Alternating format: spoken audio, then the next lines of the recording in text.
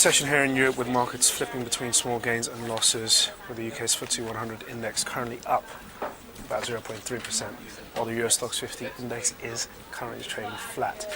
In the currency space, the euro is slightly weaker against the dollar, and in the peripheral bond markets, both Spanish and Italian bond yields are relatively stable.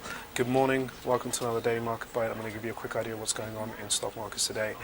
Overnight, we had some very positive data out of China. GDP was much better than expected. That was the same case for industrial production, and that pushed up commodity prices overnight, ramping up demand for basic resource shares in Europe, and that's been benefiting the UK's FTSE 100 index, as it's a heavy mining-weighted index.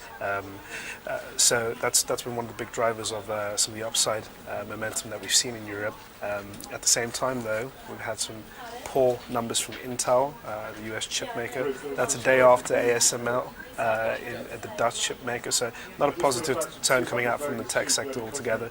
So investors are a little cautious going into the European fourth quarter earnings season, which is going to be in full swing next week. Now, when it comes to what sort of data we've had in Europe this morning, nothing on the Eurozone front, but we had some very poor UK retail sales. They fell by 0.3% on the month, suggesting a very poor and lackluster Christmas sales period, which ultimately caused the demise or the impending collapse of HMV, the retailer, who has called in administrators, and also other companies like Jessop's, who have recently filed but called in administrators and are at the brink right now. It's a bit of a mixed bag when it comes to UK retail. We've had some positive numbers from the likes of Dixon's yesterday and ASOS. Ultimately, the picture is a bit hazy when it comes to how UK retail is going to fare over the next month or so, but this Christmas period hasn't been as favourable as some would have hoped when we are ending 2012.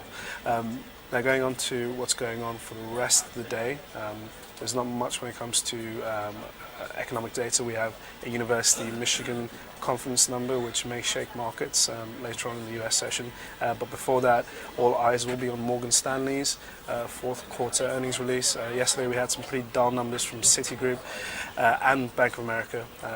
Citigroup booked some hefty charges on issues relating to mortgages, and it seems like the global financial crisis of 2008 is still biting Citigroup pretty hard. So investors are going to be eyeing Morgan Stanley's numbers very carefully after we had pretty strong results from Goldman Sachs and JPMorgan early in the week, but that's been in contrast to Bank of America and Citigroup yesterday, which weren't that great. And other than that,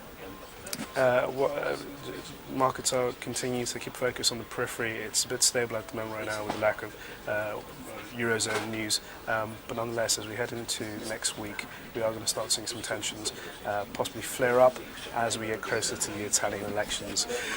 That's all for your daily market bite today. Have a lovely weekend, and I will see you next week. Thanks.